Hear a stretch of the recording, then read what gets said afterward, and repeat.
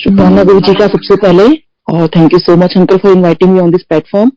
और सब सेवादार का थैंक यू, और गौरव अंकल का और बड़े मंदिर मैनेजमेंट का बहुत बहुत थैंक यू। और देखिए, कई बार कहते हैं कि थैंक यू नहीं बोलना चाहिए, लोग कहते नहीं थैंक यू मत बोलो, पर गुरु जी ने हमें यही सिखाया कि थैंक यू बोलना बहुत जरूरी है। क्योंकि अभी मैं किसी एक बहुत पुरानी संगत है, उनका मैं सत्संग सुन रही थी और मैंने पहले भी सुना। तो एक बार गुरु जी ने इनको कहा, कुछ काम बोला आंटी को, और आंटी ने वो काम किया, तो गुरुजी इनको कहते हैं थैंक यू आंटी। तो आंटी ने बोला कि अरे गुरुजी, आप मुझे क्यों थैंक यू बोल रहे हैं? कहते नहीं, थैंक यू बोलना चाहिए। तो थैंक यू हमें गुरुजी ने सिखाया कि हमें हर किसी के प्रति वो भावना रखनी चाहिए कि हम इसको थैंक यू बोलें। तो सबका बहुत बहुत थैंक यू। मैं गुरुजी से जुड़ी थी 2004 में। वैसे 2000 से मुझे पता था गुरुजी के बारे में, बट वो गुरुजी का बुलावा होता है, और हम 2004 में पहुंचे। और मेरे हस्बैंड का बहुत झगड़ा हो गया था, मैंने घर छोड़ दिया था, और उसके बाद में मुझे पाल आंटी ने बताया था कि वो भगवान है। सो उस दिन मैंने यही सोचा कि आज मैं भगवान के पास ही जाती हूँ। सो मैं गुरुजी के वहां पहुंच गई। बच्चे बहुत छोटे थे, बेटी मेरी 4+ थी, बेटा मेरा 9+। तो समहाउ आई रीच्ड देयर। सो वहां बस मुझे ऐसा लगा कि गुरुजी मुझे कहने की अकेली क्यों आई है। उसके बाद गुरुजी जब आए और अपने सिंहासन पर बैठे थे, एक्चुअली बहुत लंबा सत्संग है, तो गुरुजी कह रहे थे शॉर्ट भी सुनाई, तो मैं बहुत कट शॉर्ट करके सुना रही हूँ। सो हस्बैंड आके मेरे को दम से बहुत गुस्से में कहते हैं, चल उठ यहाँ से। सो बस मैंने मन में यही कहा, मैंने कहा गुरुजी, चाय इनकी बड़ी कमजोरी है कि किसी ना चाय आ जाए, क्योंकि चाय प्रसाद बोलने की मेरे को मतलब नहीं पता था कि चाय प्रसाद बोला जाता है। तो चाय मेरे मुंह से निकला, खैर वो गुरुजी ने जोड़ना था, चाय भी आ गई। और जब मेरे हस्बैंड चाय पीने बैठे, तो अब गुरुजी ने जो उनको उस दिन नजारा दिखाया, तो गुरुजी को पता था कि बीइंग अ फोरेंसिक एक्सपर्ट, ये शायद मेरे को इतना बिलीव नहीं करेंगे, क्योंकि हस्बैंड ने पहले ही बोल दिया था, क्योंकि 4 साल से वही नहीं जा रहे थे गुरुजी से मिलने। मैं तो बहुत मन था मेरा गुरुजी से मिलने का, क्योंकि मेरे हस्बैंड ने यही कहा था, मैं किसी इंसान के आगे माथा नहीं टेकूंगा। सो बीइंग फोरेंसिक एक्सपर्ट, इनको तो अब मेरे हस्बैंड तो ऐसे हैं कि बाल में से खाल निकालने वाले लोगों में से हैं। सो उस टाइप के बहुत कट्टर रहे। तो गुरुजी ने उनको वही डे 1 ये दिखाया कि वहां कोई अंपायर स्टेट नहीं है, कुछ भी नहीं है, कोई संगत नहीं है, और गुरुजी जो है पूरे इस ब्रह्मांड के ऊपर बैठे हुए हैं। He is the supreme of this universe. और जितने भी आप सोच सकते हो, जितनी आकाश गंगाएं होती है, जितनी हमारी गैलेक्सीज होती हैं, वो सब गुरुजी के आगे पीछे घूम रही हैं। सो तब मेरे हस्बैंड को झटका लगा कि ये कोई साधारण इंसान तो नहीं है तो महापुरुष, चलो मैं बैठ जाता हूँ। तो ऐसे गुरुजी ने इनको जोड़ा और हमारी पूरी फैमिली को जोड़ा। तो बहुत शुक्राना गुरुजी का। फिर हम गुरुजी के पास जाते रहे, और गुरुजी की बहुत बहुत ब्लेसिंग्स रही, और वो तो आज भी बरस रही हैं। गुरुजी सच में कहते थे कि असल चीज किसी को मांगनी नहीं आती। और मुझे भी गुरुजी ने डे 1 बहुत ज्यादा पूछा, आई थिंक कितनी बार पूछा मुझे भी याद नहीं, कि होर दस तेनू की चाहिए है, होर दस तेनू की चाहिए है। बट खाली मैंने भी खाली उस दिन ब्लेसिंग्स मांगी, मैंने कुछ मांगा कुछ नहीं। हाँ, शुरू में ये जरूर बोला था कि मुझे मेरी सिस्टर इन लॉ की शादी नहीं हो रही, गुरुजी शादी करा दो। तो गुरुजी ने मुझे कहा, मैंने बहुत सारी रिंग्स पहनी हुई थी, तो गुरुजी ने कहा पहले इनको उतार कर आना। तो गुरुजी, ऑब्वियसली गुरुजी का हुक्म है, तो मैंने जितनी रिंग्स पहनी हुई थी, हमें एस्ट्रोलॉजर ने पहना रखी थी, मैंने सारी की सारी रिंग्स उतार दी घर आकर, गुरुजी के सामने नहीं, घर आकर। सो गुरुजी ने हमें कोई वहम में नहीं रखा। एक तो कोई भी संगत प्लीज वहमों में ना पड़े कि हम ऐसे करें या वैसे पढ़ें, किसी भी हमें गुरुजी ने वहम में नहीं रखा कि ऐसा हो जाएगा तो ऐसा कर लो। बहुत गुरुजी ने बहुत सारी चीजें ऐसी हम लोगों को उस टाइम भी समझाई। सो गुरुजी ने वो रिंग उतरवा दी। उसके बाद हमारी जर्नी स्टार्ट हो गई गुरुजी के साथ। फिर हम लोग जाया करते थे। एक दिन गुरुजी बैठे हुए थे, तो गुरुजी कहते हैं तुम कब कब आते हो? सो मैंने कहा गुरुजी, आपको तो पता है मेरे तो क्लिनिक होता है सुबह से लेकर रात तक। सो मेरे को जब टाइम मिलता है मैं तब आती हूँ यहाँ पर। सो आज लगता है क्यों मैं ऐसे गुरुजी से मतलब कैसे बोल पाई। फिर गुरुजी ने ऐसे मुस्कुराए और कहते हाँ। सो मैंने कहा हाँ जी गुरुजी, जब मेरे को टाइम होता है मैं तब आती हूँ यहाँ पर।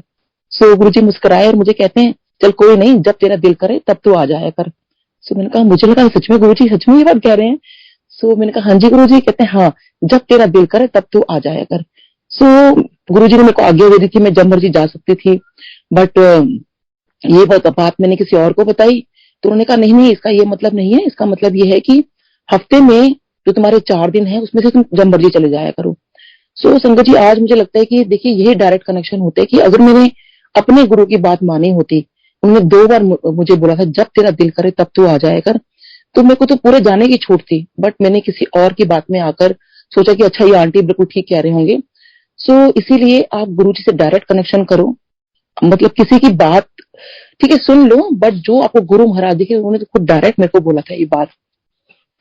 फिर हम हर हफ्ते गुरुजी के पास जाते थे और गुरुजी से बहुत सारी मेरी बातें होती थी, क्योंकि गुरुजी से तो मैं कुछ पूछती थी, क्योंकि कुछ ना कुछ हमारी लाइफ में देखिए लगा रहता है, क्योंकि मेरे बेटे की बहुत प्रॉब्लम चल रही थी स्कूल के अंदर, और इसको स्कूल चेंज करना था, उसका आफ्टरनून शिफ्ट था। सो बेटे ने कहा कि मम्मी आप ना आज गुरुजी से पूछ लेना, गुरुजी से तो आप इतनी बात करते हो। तो मैं कहा चलो ठीक है। सो मैंने गुरुजी से पूछा, गुरुजी ऐसे ऐसे प्रॉब्लम है, आफ्टरनून शिफ्ट में है और बच्चे इसको बहुत वो करते हैं कि हम स्कूल से आते हैं और तू जा रहा होता है। तो गुरुजी एकदम से कहते नहीं नहीं नहीं, स्कूल चेंज नहीं होगा। सो अब गुरुजी ने मना कर दिया, तो मतलब नहीं था स्कूल चेंज करने का।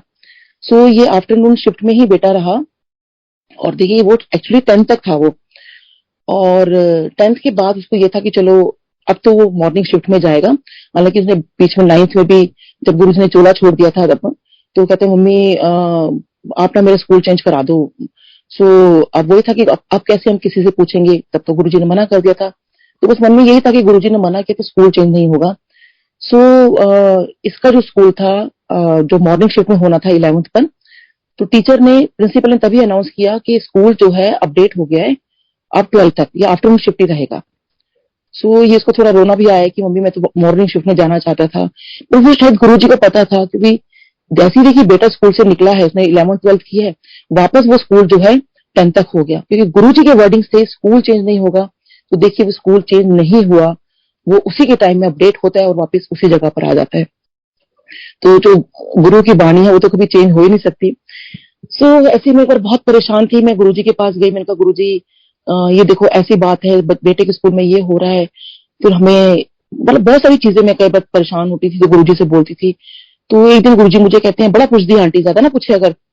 सो मुझे मन में बड़ा रोना आया कि मैंने मन में सोचा, मैंने गुरुजी ऐसा मैंने क्या पूछा, मतलब अपने बच्चे के बारे में हर माँ का मतलब दिल दुखता है अगर उसको कुछ तकलीफ होती है। तो फिर मैं गुरुजी के पास जाती, मैंने कहा गुरुजी आज ना ऐसे स्कूल में ऐसा हो गया, आज ना ये बात हो गई। मतलब मेरी छोटी छोटी बातें होती थी गुरुजी से, क्योंकि बीइंग अ मदर लगता था कि नहीं, मतलब बस एक कोई भी फीमेल को लगता है कि उसके बच्चे और परिवार ठीक रहे। सो फिर गुरुजी कहते थे बड़ा पूछ दिया आंटी, ज्यादा ना पूछे अगर। सो करते करते ऐसे 3 महीने हो गए, और एक इस बात के लिए और एक हमें अपना घर बनाना था डीएलएफ में, तो उसके लिए मुझे आज्ञा लेनी थी गुरुजी से। सो वो हम हस्बैंड वाइफ जैसे ही माथा टेक और गुरुजी से पूछने लगे, और हमने अभी बोला भी नहीं था कुछ भी, तो गुरुजी कहते आज कुछ नहीं पूछना। हम बड़े हैरान हो गए, गुरुजी को कैसे पता कि हम आज पूछने कुछ आए हैं। सो फिर हम उस दिन चुप लगा गए। तो मेरी मेन दो ही बातें होती थी कि हम गुरुजी की आज्ञा लें और अपना घर वहां बनाए, क्योंकि बहुत मन था मेरा कि मैं जब जिस दिन हम लोग उसका पूजन करेंगे तो गुरुजी को बुलाएंगे। बट गुरुजी आज्ञा नहीं दे रहे थे, और गुरुजी हमेशा कह रहे थे बड़ा पूछ दिया आंटी, ज्यादा ना पूछे कर। और वैसे गुरुजी हर बार जब भी मैं माथा टेकती और की नाम तेरा, मैं कहती गुरुजी डॉक्टर नीलम। अच्छा, फिर जो कुछ पूछते थे कहाँ रहते हो क्या करते हो, ये गुरुजी बहुत बार मेरे से पूछते थे। और एक बार क्या हुआ कि मैं जब हर बार तो गुरुजी ने मेरा नाम पूछना शुरू किया, ऑलमोस्ट हर बार तो नहीं, ऑलमोस्ट एवरी टाइम की नाम तेरा। तो मैं सोचती थी गुरुजी मन में बोला, मैंने कहा पता नहीं गुरुजी को मेरा नाम ही याद नहीं रहता, गुरुजी मतलब हमेशा भूल जाते हैं मेरा नाम, कितनी बार मैं अपना नाम बता चुकी हूँ। सो ऐसी में एक बार माथा टेक रही थी, तो बस मुझे भी बस मन में यही ख्याल था, मैंने कहा बस अब गुरुजी फिर बोलेंगे की नाम तेरा। तो गुरुजी मेरे को ना बड़े नोटी वे में ऐसे आंखों को ऊपर करते हुए कहते और नीलम आंटी। तो मैं इतनी खुश हुई संगत जी, इतना मुझे एडिक्शन हुआ, आज भी वो हैंगओवर मेरा खत्म नहीं हुआ। एक कैसे गुरुजी ने इतने प्यार से मुझे देखा और बड़े आंखों को ऊपर करते हुए हो नीलम आंटी। तो फिर मन में सोचा कि गुरुजी ने मेरा नाम लिया अपने मुंह से, और मैंने कहा गुरुजी, मैंने मन में सोचा, मैंने कहा गुरुजी ने मुझे आंटी क्यों बोला, क्योंकि उस टाइम आई थिंक मैं काफी यंग थी, maybe I think around 35 और 36। तो मुझे लगता था कि आंटी तो नहीं लगती मैं, और गुरुजी ने आंटी क्यों कह दिया। But later on I realise कि गुरुजी, कई लोग मतलब सुना था मैंने कि आंटी अंकल बोलते हो गुरुजी को। सो खैर हम लोग ऐसे गुरुजी के पास जाते रहे, और गुरुजी हमेशा बहुत प्यार से वेलकम करते थे, बहुत इतने प्यार से उनका देखना, इतने प्यार से हमको वेलकम करना। सो एक दिन हम लोग जब वहां पे गए, तो देखिए गुरुजी ना कैसे आपसे कोई काम करवाते हैं, कैसे चीजें बोलते हैं, कैसे एक बात को करते हैं। एक दिन मैं जब वहां माथा टेकने गई गुरुजी को, सो गुरुजी मेरे को एकदम से देखे कहते हैं मैंने तो ऐसा समझ नहीं आता कि तुम सारे के सारे डॉक्टर्स अगर इतने आ जाओगे तो मरीजों का इलाज कौन करेगा। सो मैंने कहा ये क्या बोला गुरुजी ने। फिर गुरुजी ने इशारा करके एकदम से बोला कि मैंने तो ऐ नहीं समझ आता कि तुम सारे के सारे डॉक्टर अगर ਇੱਥੇ आ जाओगे तो मरीजों का इलाज कौन करेगा। उस दिन देन आई रियलाइज कि जो गुरुजी ने इशारा किया तो मैंने आसपास देखा तो सारे के सारे डॉक्टर्स बैठे थे वहां पर और सब एक मतलब झेप रहे थे कि ये गुरुजी ने क्या कह दिया। बात भी ठीक है कि अगर सारे वहां जाके बैठ जाएंगे तो इलाज कौन करेगा। सो खैर हम इस बात को गुरुजी कभी मुझे कुछ बोल रहे थे ना मुझे याद रहा। तो देखिए पेंडेमिक टाइम में ये बात मुझे याद आई कि जब हम लोग सब ऑलमोस्ट सारे डॉक्टर्स काफी सारे डॉक्टर्स घर बैठे थे, सारे तो नहीं ऑलमोस्ट काफी लोग काफी डॉक्टर्स। सो मैं भी घर बैठी थी, डेंटल क्लिनिक तो बिल्कुल ही बंद हो गई थी। तो मैंने कहा गुरुजी बिल्कुल नहीं, हम तो सारे डॉक्टर्स घर ही बैठ गए हैं। देन आई रियलाइज कि एकदम गुरुजी ने हमें ऐसे बोला था मुझे और मुझे तब लगा जैसे गुरुजी का वो मैसेज था कि तुम अगर घर पे बैठ जाओगे डॉक्टर्स तो मरीजों का इलाज कौन करेगा। और वही था कि मरीजों का इलाज तो हो ही नहीं पा रहा था। सो मैंने कहा नहीं गुरुजी तो मैं क्या करूं इसके लिए, सब गुरुजी ने थॉट डाला कि नहीं ऑनलाइन कंसल्टेशन दे सकते हो या ऐसे कर सकते हो। तो खैर वो गुरुजी की वो बात मुझे याद आई तो मेरे को लगा कि नहीं घर नहीं बैठना है। Then I started doing something for the patients. So ऐसे देखिए गुरुजी के गुड चीजें होती हैं जो कितने सालों बाद चीज हमें पता चलती है। फिर ऐसे में बहुत परेशान थी मैं, फिर गुरुजी के पास गई। गुरुजी फिर गुरुजी जो वो 3 महीने के बाद जब मैं बहुत बार बार मैं जाती थी गुरुजी के पास और गुरुजी कहते बड़ा पूछती आंटी ज्यादा ना पूछा कर। तो गुरुजी कहते अच्छा चल 10। तो मैंने गुरुजी को जो भी चीज थी मेरी वो मैंने सब कुछ बताया। गुरुजी ऐसे ऐसे बात है सब कुछ। सो गुरुजी ने मुझे कहा कि तू मैनू ए 10 मैं तेन ब्लेस कर दिता। मैंने कहा हाँ जी गुरुजी। सो देखिए मेरे को आज ये रियलाइज होता है, उस टाइम ये रियलाइज नहीं होता कि गुरुजी ने खुद डायरेक्ट मेरे को ब्लेस किया हुआ। तो क्या क्या चीजें गलत हो सकती है जिंदगी में, कुछ भी नहीं हो सकता। जब गुरुजी ने खुद हम वो ब्लेसिंग्स मांगते हैं, गुरुजी हमें ब्लेस कर दो, अपनी ब्लेसिंग्स दो, है ना। सो गुरुजी ने खुद अपने मुंह से जब मुझे कह दिया और बाकी कुछ और भी मैं गुरुजी ने बोला था वो मैं अभी नहीं बता पाऊंगी। सो और गुरुजी के खैर बहुत ब्लेसिंग्स तो है ही। उसके बाद एक बार गुरुजी ने मेरे को बोला था कि तू अपने सहेलियों को लेकर आना और अपने पेशेंट्स को लेकर आना, मैं डायरेक्ट ब्लेस करूंगा। और मेरे हस्बैंड को कहा कि तू अपने दोस्तों को लेकर आना। सो हम लोग ये सोचने लगे कि हम किसको ऐसे लेकर आए ना पेशेंट्स को। और उस टाइम तो देखिए कोई गुरुजी को कितना किसी को ज्यादा पता भी नहीं था। अब कैसे करें क्योंकि अब गुरुजी की आ गया है। तो फिर मैंने गुरुजी के बारे में अपने पेशेंट को बताना शुरू किया। इन्होंने अपने दोस्तों को उनको मतलब, लेकिन हमें बड़ा थोड़ा सा माफ करना गुरुजी, लेकिन उस टाइम मेरे को बड़ा और लगता था कि ऐसे कैसे संगत चलो फ्रेंड्स को एक बार बता भी देते थे लेकिन फ्रेंड्स सुनते थे, वो कुछ बोलते नहीं थे आगे कि हमें जाना है नहीं जाना है, गुरुजी की आज्ञा है। सो अब हस्बैंड के एक फ्रेंड है तो वो ऐसे बता रहे थे, नहीं बताया नहीं उन्होंने, तो वो एक्चुअली फ्रेंड हस्बैंड को बता रहे थे कि ऐसे ऐसे इनको कोई लीवर की प्रॉब्लम आ गई है। और क्योंकि वो खुद एक LNJP के बहुत बड़े डॉक्टर रह चुके हैं और अभी भी हैं। सो उनको लेकिन डॉक्टर्स ने ये कह दिया था और खुद भी डॉक्टर थे और उन्हें बताया कि मेरे को ऐसे ऐसे दिक्कत आ गई है। और शायद डॉक्टर्स ने उनको कह दिया था कि 6 महीने और साल भर में आई थिंक कुछ मतलब कुछ भी हो सकता है। और बीइंग डॉक्टर उनको पता था कि उनकी लाइफ नहीं है ज्यादा। तो तब मेरे हस्बैंड को एकदम से लगा कि गुरुजी ने इनके बारे में तो नहीं बोला कहीं। सो उन्होंने कहा कि देखो हमारी गुरुजी ऐसे ऐसे हम गुरुजी के पास जाते हैं, गुरुजी ने स्पेशली बोला कि मैं दोस्तों को लेकर आना। सो जो भी है डॉक्टर साहब आप चलो मेरे साथ।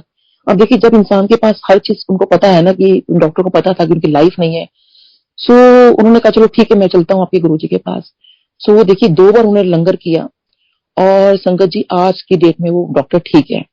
2 बार लंगर करने से उनकी वो प्रॉब्लम ठीक हो गई जो कि उनकी जानलेवा प्रॉब्लम थी, लिवर की प्रॉब्लम थी। और लिवर देखिए एक बार कहीं खराब होना शुरू होता है तो और काफी गड़बड़ हो सकती है। और उनको तो बोल ही दिया था खैर, और बीइंग अ डॉक्टर उनको ही पता था। तो देखिए कैसे गुरुजी ने 2 बार लंगर करा के उनको ठीक किया। ऐसे में अपने पेशेंट्स को लेके गई। सो उनको माँ बेटे को वो अलग अलग बैठे हुए थे तो गुरुजी ने दोनों को इकट्ठे बुलाया। तो मुझे लगा कि उनको लगा कि शायद डॉक्टर ने हमें बता दिया होगा कि भाई हम इनके साथ आए हैं। तो मैंने तो कुछ बताया नहीं था क्योंकि गुरुजी के सामने इंट्रोडक्शन का तो कोई मतलब ही नहीं होता था। तो उनको बुलाया, उन्होंने अपनी प्रॉब्लम बताई क्योंकि वो जो मेरी पेशेंट है उनको एक्चुअली हेड एंड नेक का कोई कैंसर था। और जो डॉक्टर ने इनको कह दिया था कि इनके पास भी 6 महीने और साल भर का टाइम है। और बहुत ज्यादा है साल भर का, तो 6 महीने का ही टाइम है इनके पास। सो मैंने उनको बताया कि देखो ऐसे ऐसे मेरे को गुरुजी ने बोला है कि तुम्हारे पेशेंट को ब्लेस करूंगा। सो भाई मैं तो ऐसे ऐसे अब देखो आप। तो उन्होंने कहा कि वो मुंबई ले गए थे अपनी मम्मी का ट्रीटमेंट करवाने के लिए। ये बात मुझे गुरुजी ने बोली थी 2004 में। उस दिन संडे की रात थी और मंडे को उस बच्चे का मेरे पास फोन आता है। उसने बेटे को बर्थडे विश करने के लिए एक्चुअली फोन किया था। और मैंने उसको बताया कि ऐसे ऐसे रात को गुरुजी ने मुझे बोला है, पता नहीं।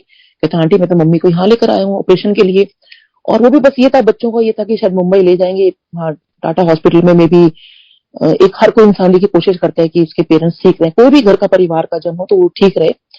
सो जैसे उसने सुना कि भी आंटी ये कह रहे हैं, तो वो कहते हैं कि अगले दिन वो छुट्टी करा के ले आए मुंबई से। डॉक्टर्स ने बहुत कहा कि तुम बहुत बड़ी गलती कर रहे हो। तो कहते हैं कोई बात नहीं, हम लोग अपने रिस्क पे अपने पेशेंट को लेके जा रहे हैं। तो कहते हैं आंटी आपने कुछ बोला था गुरुजी के पास लेके जाओगे।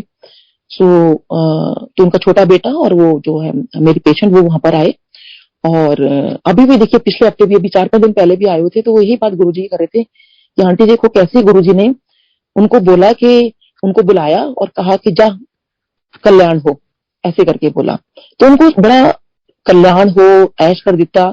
उस टाइम संगत जी हमें बहुत वैसा लगता था कि हमें मतलब आई यूज्ड टू वेट कि गुरुजी शायद कुछ और बोलेंगे, कुछ सॉल्यूशन बताएंगे या कुछ और उपाय बताएंगे। बट ये बात हमें लगता नहीं था कि बस उन्होंने बोला बस आंटी हमें तो उन्होंने बोला कि कल्याण हो, और तो कुछ गुरुजी ने कहा ही नहीं। और मुझे भी इतना नहीं पता था कि कल्याण हो, अगर गुरुजी कह रहे हैं तो कितनी बड़ी ब्लेसिंग्स है उनके लिए। तो इस तरह से देखिए उनका कल्याण हुआ और वो पेशेंट जो है देखिए आज की डेट में भी वो ठीक है। बीच में उनको गंगाराम में कुछ प्रॉब्लम हुई थी, तो उनका बेटा वही बता रहा था कि आंटी देखो वो जो चीज थी वो बिल्कुल नहीं छिड़ी, वो किसी और वजह से मम्मी वेंटिलेटर पे चले गए थे। और उस दिन फिर वो तीन लगातार बड़े मंदिर गए, क्योंकि मैंने कहा भी देखिए बड़े मंदिर ही जो है हर चीज की दवा है, गुरुजी का नाम ही एक दवा है, और वहीं आप जाओ। सो वो देखिए वेंटिलेटर से भी वापस आ गए। सो ये गुरुजी तो मतलब आप गुरुजी को वो साक्षात भगवान है संगत जी। और मैं तो बस ये बोलूंगी कि उनपे सब कुछ आप छोड़ दीजिए, कुछ इफ एंड बर्ड्स हमारी कुछ भी चीजें ऐसा मत सोचिए कि गुरुजी ऐसा क्यों नहीं हुआ वैसा क्यों नहीं हुआ। देखिए वो सब कुछ आपका ठीक करेंगे। एक दिन मुझे याद है 2004 में जब गुरुजी का बर्थडे था 7 जुलाई को, तो हंसराज हंस जी का लाइव था, जहाँ प्रोग्राम था, जहाँ पे आज गुरुजी की समाधि है वहां पे लाइव प्रोग्राम था और गुरुजी का सिंहासन लगा था जहाँ शिव मूर्ति है बाहर। सो वहां जब वो प्रोग्राम कर रहे थे तो बड़ी प्यारी उन्होंने एक लाइन बोली थी कि वो पीर ही क्या जिसको पीड़ का पता ना हो। तो देखिए यानी कि पीर मतलब जो संत महात्मा होते हैं, जब उनके पास माथा टेकते हो यानी पीर उनको अपनी दुख तकलीफ का हर किस उनको पता होता है। तो गुरुजी का द्वारा तो देखिए ऐसा भगवान का दरवाजा है, वहां तो उनको हर किसी के बारे में सब कुछ पता है, तो वो क्या नहीं जानते। सो ऐसे ही गुरुजी ने मुझे भी ठीक किया। मेरे बैक एक हो गया था, बड़ा सीवियर बैक एक था, मेरे को सर्वाइकल की प्रॉब्लम स्टार्ट हो गई। सो मेरे को डांस का बहुत शौक था, तो मैंने डांस सीखना शुरू किया था, लेकिन मेरा वो भी बंद हो गया। तो डॉक्टर ने मुझे कहा, मैंने डॉक्टर साहब से पूछा, मैंने कहा डॉक्टर साहब मैं डांस कर पाऊंगी क्या? तो वो कहते हैं आप चल भी पाओ ये बहुत बड़ी बात है, डांस तो आप भूल जाओ। सो ठीक है, मेरे को बेल्ट पहन ली मैंने और सर्वाइकल के लिए गले में पट्टा भी बांध लिया। और तो मैं गुरुजी के पास गई, तो लेकिन गुरुजी ने मेरे को कुछ नहीं कहा और दूसरी तरफ मुंह कर लिया। तो मुझे लगा वैसे तो गुरुजी मुझसे बड़ी बातें करते हैं, लेकिन आज एक बार भी मेरा हालचाल नहीं पूछा कि बेल्ट क्यों लगा लिया। कुछ था शायद, वो था ना कि वो मेरा पीरियड था जो मुझे निकलना था उस दर्द के अंदर जो भी था। लेकिन मैंने गुरुजी को कभी नहीं कहा कि गुरुजी मेरा बैक एक ठीक कर दो या मेरा सर्वाइकल ठीक कर दो। तो देखिए जब गुरुजी के दरवाजे पे आप जा रहे हो तो ये सब बातें मुझे बोलते बहुत और लगता था। जब गुरुजी ने करना होगा कर देंगे, मैं इसी थॉट से जाती थी कि बस के गुरुजी हमें बुला रहे हैं, हमसे इतनी बात कर रहे हैं, मेरे लिए वही बहुत बड़ी बात होती थी। फिर आया 2005 का यानी 31 दिसंबर, मेरा 2006 आना है। सो मैं बड़े मंदिर में जैसे क्योंकि बैक एक मेरा स्टार्ट हो गया था, तो यही होता था कि डॉक्टर ने कहा था भी जरा भीड़ से दूर रहना, कि झटका लग गया तो बड़ी मुश्किल हो जाएगी कभी आपके लिए। तो जब भी बड़े फंक्शन होते थे तो मैं साइड में खड़ी हो जाया करती थी कि कोई धक्का ना लग जाए और मेरी कमर में कोई प्रॉब्लम ना आ जाए। तो मैं बड़े मंदिर में जो अंदर जब हम जाते तो राइट हैंड साइड पर जो विंडो है मैं वहां खड़ी हो गई। सो जैसे ही नया साल चढ़ा और म्यूजिक बजने लगा, सब लोग खड़े हो गए, तालियां बजा रहे थे और फिर यही हो गया कि डांस स्टार्ट हो गया। गुरुजी क्योंकि बहुत डांस कराते थे जब भी कोई बड़ा फंक्शन होता था। तो अब देखिए मैं तो खैर गुरुजी को देखती रहती थी, चाहे वो एम्पायर स्टेट हो चाहे बड़ा मंदिर, मेरी सिर्फ गुरुजी पे नजरें टिकी होती थी। सो मैं गुरुजी को देख रही थी तो अचानक गुरुजी ने मेरी तरफ देखा और खैर मैं जैसे गुरुजी कभी मेरी तरफ देखते थे तो मैं मुस्कुरा देती थी। सो गुरुजी ने देखा तो देखिए अब इतना रश है बड़े मंदिर में, बहुत रश था। गुरुजी और मेरे बीच में एकदम से एक लाइन सी बन जाती है ना, एकदम खाली जगह बन जाती है और गुरुजी मुझे देखते हैं और मुझे गुरुजी एकदम से इशारा करते हैं कि आके डांस कर।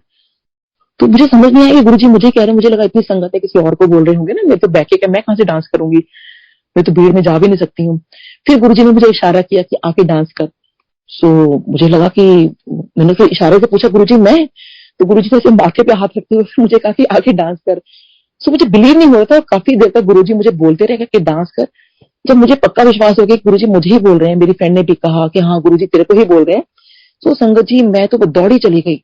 और देखिए वो गुरुजी ने रास्ता तब तक बना रखा वो इतनी देर तक, और मैं बिल्कुल दौड़ती हुई एकदम गुरुजी के आगे आके मैंने इतना डांस किया, बहुत डांस किया। और देखिए उस दिन के बाद से आज तक हल्का फुल्का वैसे कमर दर्द अलग बात है, लेकिन मुझे प्रॉब्लम थी जब डॉक्टर्स ने कहा था कि आपका चलना भी बहुत मुश्किल है, तो कैसे गुरुजी ने वो डांस करा के देखिए मेरी बैक को वहीं ठीक कर दिया। सो ऐसे गुरुजी ने मेरे को लाइफ दी, और एक बार नहीं, पता नहीं गुरुजी ने तो कितनी बार लाइफ दी है, तो गुरुजी का बहुत बहुत शुक्राना है। और इसीलिए मैं गुरुजी को कहती थी, मैंने कहा गुरुजी ये सच में मेरी जो जिंदगी है ये आपके दी हुई और ये आपके नाम है। सो जैसा भी आप चाहोगे मैं वैसे ही करती जाऊंगी, और हमेशा मैं गुरुजी से यही प्रार्थना करती हूँ, बस गुरुजी मुझे हमेशा बहुत नींवें उसमें रखना और हमेशा सही रास्ते पे चलाना मुझे। सो ऐसे फिर हम लोग गुरुजी के पास जाते रहे। तो एक बार गुरुजी ने हम लोगों को रात को लंगर प्रसाद करवाया था, बच्चों का जन्मदिन था, तो मैंने उस दिन घर पे सेलिब्रेट किया। सो पायल आंटी का फोन आता है कि अरे तू मंदिर नहीं गई, उन्होंने मुझे बड़ी डांट लगाई। सो मुझे लगा नहीं ये तो बड़ी बात है भाई, बर्थडे वाले दिन मैं बच्चों को गुरुजी के पास लेके नहीं गई हूँ। तो मैंने सब कुछ पैकअप किया और हम लोग छोटे मंदिर गए, एम्पायर स्टेट गए हम लोग। सो वहां हम लोग आई थिंक 11:15 के करीब पहुंचे थे, और बहुत ज्यादा बारिश हो रही थी। सो वहां संगत जो सेवादार थे वो कहने लगे कि आंटी आज तो गुरुजी इतने गुस्से के अंदर हैं और आज आप इतनी लेट आए हो। सो मैंने कहा आंटी सॉरी, और बट बच्चों का जन्मदिन है, बस मेरे को सिर्फ गुरुजी की झलक देखनी है, गुरुजी से बस आशीर्वाद मिल जाए बस। कहती वो तो पॉसिबल नहीं है, बस गुरुजी अपने रूम में जाएंगे, तो जितना उनको पीछे से देख सकते हो देख लो, यहीं से माथा टेक लेना। सो मेरी आंखें बड़ी नम हो गई कि गुरुजी हम थोड़ा सा लेट हो गए, सॉरी गुरुजी प्लीज दर्शन दे दो। सो फिर जो सेवादार आ रहे थे अंदर से, तो जैसे गुरुजी के दर पे जब जाते हो तो गुरुजी ने कभी किसी को बिना लंगर के कभी वापस नहीं आने दिया। तो सेवादार कहने लगे आंटी अब तो ये सब कुछ वाइंड अप कर रहे हैं हम लोग, सो आपने लंगर करना है तो बता दो। हमने कहा नहीं अंकल, बच्चों का जन्मदिन है, तो हम लोग पूरा खा पी कर अच्छे से घर से, क्योंकि फुल होके गए थे, क्योंकि मुझे पता था लंगर तो वहां मिलेगा नहीं क्योंकि बहुत लेट हो चुके हैं। तो बर्थडे का सारा खाना था तो बहुत हैवी था खाना। सो हम लोग पूरा फुल होके गए थे सारे चारों के चारों। सो सेवादार को मैंने मना कर दिया। तो अब जो सेवादार निकलते जा रहे हैं वो मेरे से आते जा रहे हैं, पूछते जा रहे हैं अरे आंटी आप अभी आए हो, आपने लंगर किया? तो मैंने कहा नहीं अंकल हम लोग लंगर नहीं करेंगे, बस गुरुजी का अगर आशीर्वाद मिल जाए। तो ऐसे बहुत सारे सेवादार आए और उन्होंने मना कर दिया कि वो नहीं हो सकता। फिर कोई आंटी हमें देख रहे थे तो उन्होंने कहा आंटी एक काम करो अंदर चले जाओ, ज्यादा से ज्यादा क्या होगा, डांट ही पड़ जाएगी आपको, कोई बात नहीं। तो मैंने कहा चलो ठीक है, हम अंदर चले गए। और उसके बाद जब अंदर वाले सेवादार ने हमें देखा तो वो कहने लगे आंटी कितना लेट आए हो, आपने लंगर किया? मैंने कहा नहीं अंकल हम लंगर नहीं करेंगे, अगर गुरुजी का आशीर्वाद मिल जाए तो। तो वहां भी बहुत सारे सेवादार ने पूछा और मेरा यही उनका यही क्वेश्चन होता था, मेरा यही आंसर होता था। तो इतनी देर में मैंने देखा कि मेरे साथ में मेनका गांधी आंटी बैठे हुए हैं। सो उनको मैं मेनका आंटी को मैं कहने लगी, मैंने कहा आंटी मुझे आपको थैंक्स बोलना है। तो शी सेड फॉर व्हाट? तो मैंने उनको बताया कि जस्ट बिकॉज ऑफ हर मैंने I left the non veg. So वो बहुत खुश हुई कि देखो कैसे उन्होंने नॉन वेज छोड़ दिया है।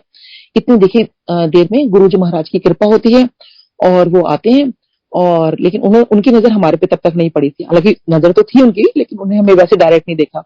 सो हम लोग वहां बैठे हुए तो मेरे को डर भी लग रहा था क्योंकि सेवादार ने पहले बता दिया था कि आज तो एक को डांट पड़ी है यहाँ पर और आंटी गुरुजी डांट सकते हैं, बट मुझे था कि डांट ही पड़ जाएगी, कोई बात नहीं, गुरुजी की तो डांट भी बहुत बड़ा महाप्रसाद है। सो तब मेनका आंटी ने उनको गुरुजी को कहा कि Guruji she left the non veg. तो गुरुजी कहते हैं वधिया किता। सो उसके बाद जब गुरुजी ने उस टाइम गुरुजी की हमारे पे नजर पड़ी, नजर तो खैर पहले से थी। सो फिर हम थोड़ी देर बैठे रहे, तो आधी रात से आई थिंक बहुत ऊपर टाइम हो गया था ये सब करते हुए। तो काफी देर बाद गुरुजी ने हमें बुलाया और फिर वही जैसे सारे सेवादार पूछे थे लंगर किया? मैंने कहा नहीं Guruji, I was just about to say कि गुरुजी हम पूरा फुल है। तो गुरुजी कहते पहले लंगर करके आओ फिर बात करना। सो मैं किचन में गई, मैं सेवादार अंकल को कहा कि अंकल प्लीज आपको मैंने बताया बिल्कुल टोटल फुल है, गुरुजी की आज्ञा है, सो लंगर नहीं कर पाएंगे तो प्लीज एक चपाती प्रसाद देना ताकि हम एक एक बाइट ले लेंगे तो हम सबका पूरा भी हो जाएगा और मतलब गुरुजी की आज्ञा भी हो जाएगी। तो उन्होंने कहा ठीक है आंटी आप बाहर बैठो। सो अब देखिए गुरुजी महाराज सामने बैठे हुए हैं और सेवादार सिर्फ इसलिए ही वेट कर रहे हैं कि मतलब हम लोग जाएं, हम लोग लंगर करें और वो लोग जाएं। मतलब बाइंड अप तो ऑलमोस्ट सारा हो ही चुका था। और जब लंगर प्रसाद की थाली आती है संगत जी, वो आती है डबल लंगर प्रसाद। और सब बच्चे और हस्बैंड देखने लगे कि बना क्या था ना कि इतना लंगर प्रसाद एक चपाती के लिए बोला था। सो अब गुरुजी को तो मैंने देखा और गुरुजी मुस्कुरा रहे हैं।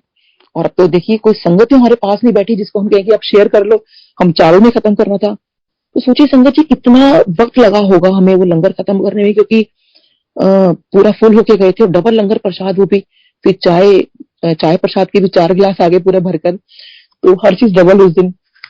खैर हम लोगों ने लंगर प्रसाद किया, क्योंकि देखिए आज मैं सोचती हूँ कितना मेरा वो गोल्डन मोमेंट था, कितना प्यारा मोमेंट था कि मेरे रब, मेरे गुरुजी महाराज अपने सामने बैठ के मेरी फैमिली को लंगर कराया।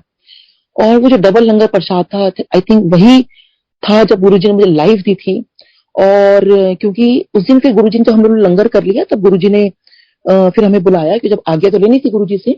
सो फिर गुरुजी ने हमें काफी देर हम लोग बैठे रहे, फिर गुरुजी ने बुलाया। फिर गुरुजी ने फिर जैसे हमेशा गुरुजी की आदत होती थी मेरे से बात करने की, तो बहुत शुक्राना गुरुजी का भी जो आप गुरुजी मुझसे इतना बात कर लेते थे। फिर वही मेरा की नाम है, कहाँ रहते हो, कितने बच्चे हैं, कहाँ पर क्लिनिक है और कौन से हॉस्पिटल में हो। तो हस्बैंड ने जैसे कहा कि गुरुजी मैं सफदरजंग हॉस्पिटल में हूँ, तो गुरुजी कहते हैं अच्छा डॉक्टर मेरा एक काम करा देगा। तो हमने कहा अरे गुरुजी हमें कह रहे हैं काम कराने के लिए। हमने कहा हाँ जी गुरुजी, हाँ जी आप काम बताइए। तो गुरुजी कहते हैं चलो अपना मोबाइल नंबर दो और अपना नाम बताओ। सो गुरुजी कहते हैं अभी अपना नाम बोलने लगे, तो गुरुजी मुझे कहते हैं हाँ की नाम तेरा। मैंने कहा गुरुजी डॉक्टर नीलम। तो गुरुजी ने अपने हाथों से मेरा नाम लिखा डॉक्टर नीलम और कहते हैं मोबाइल नंबर। मैंने अपना मोबाइल नंबर दिया।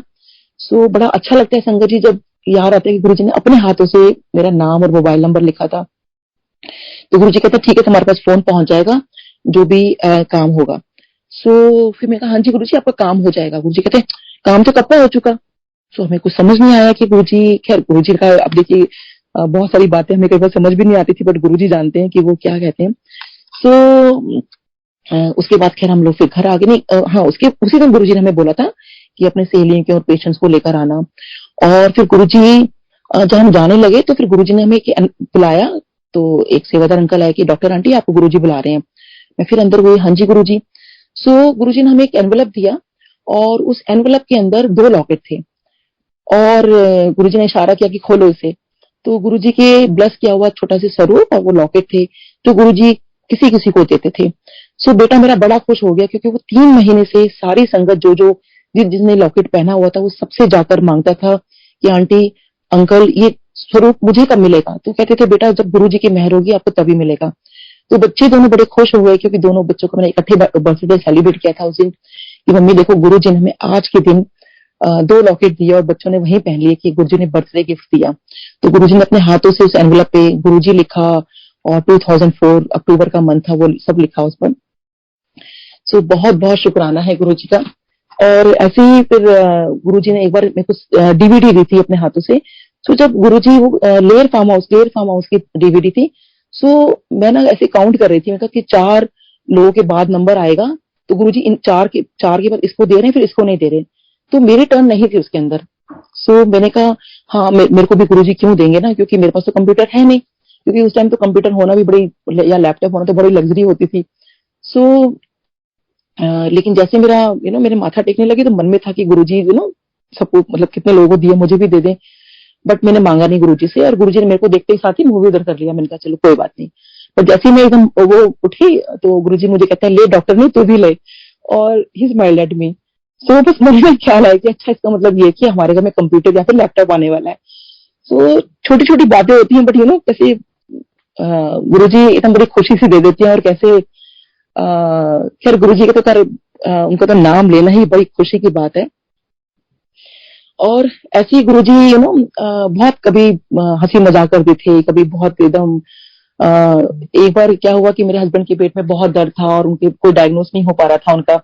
सो वो मैंने उनको कहा कि मैंने कहा एक काम करो आप ना गुरुजी को बता देना कि आपके पेट में बड़ा दर्द है। तो मेरे हस्बैंड मुझे कहते हैं कि नीलम ये बड़ा अजीब बात नहीं होगी कि मैं खुद डॉक्टर हूँ और इलाज गुरुजी से पूछ रहा हूँ। सो खैर हम लोग अंदर गए तो मैंने इनको इशारा किया कि कोई बात नहीं, क्योंकि डायग्नोज नहीं हो पा रहा था उनका। सो मेरे हस्बैंड ने डॉक्टर साहब ने कहा कि गुरुजी मेरे ना पेट में बड़ा दर्द है। तो गुरुजी कहते हैं ले खुद डॉक्टर है इलाज मेरे से पूछ रहा है। और गुरुजी इधर से मुस्कुरा पड़े। सो फिर उन्होंने कहा नहीं गुरुजी सच में बिल्कुल भी समझ नहीं आ रहा। कहते हैं फिर कहते हैं अच्छा खुद डॉक्टर है इलाज मेरे से पूछ रहा है। तो गुरुजी को जान ही जाना है कि हम बाहर क्या बात कर रहे हैं और वही कह रहे हैं। बट गुरुजी ने कुछ कहा नहीं। बट ये था कि वो नेक्स्ट डे जब हस्बैंड डॉक्टर को दिखाने गए तो वो डायग्नोज हो गया। सो ऐसे गुरुजी बड़े कभी मुस्कुरा के कुछ एकदम बोल देते थे और बहुत अच्छा लगता था जब गुरुजी एकदम कुछ मुस्कुराते थे। और ऐसे ही एक बार मुझे हाइपोथायराइडिज्म की प्रॉब्लम हुई तो मैंने गुरुजी से जाके कहा। सो मेरा ना गला भी बैठ गया था बहुत ज्यादा, मेरे टॉन्सिल्स हो गए थे, मेरी आवाज नहीं निकलती थी।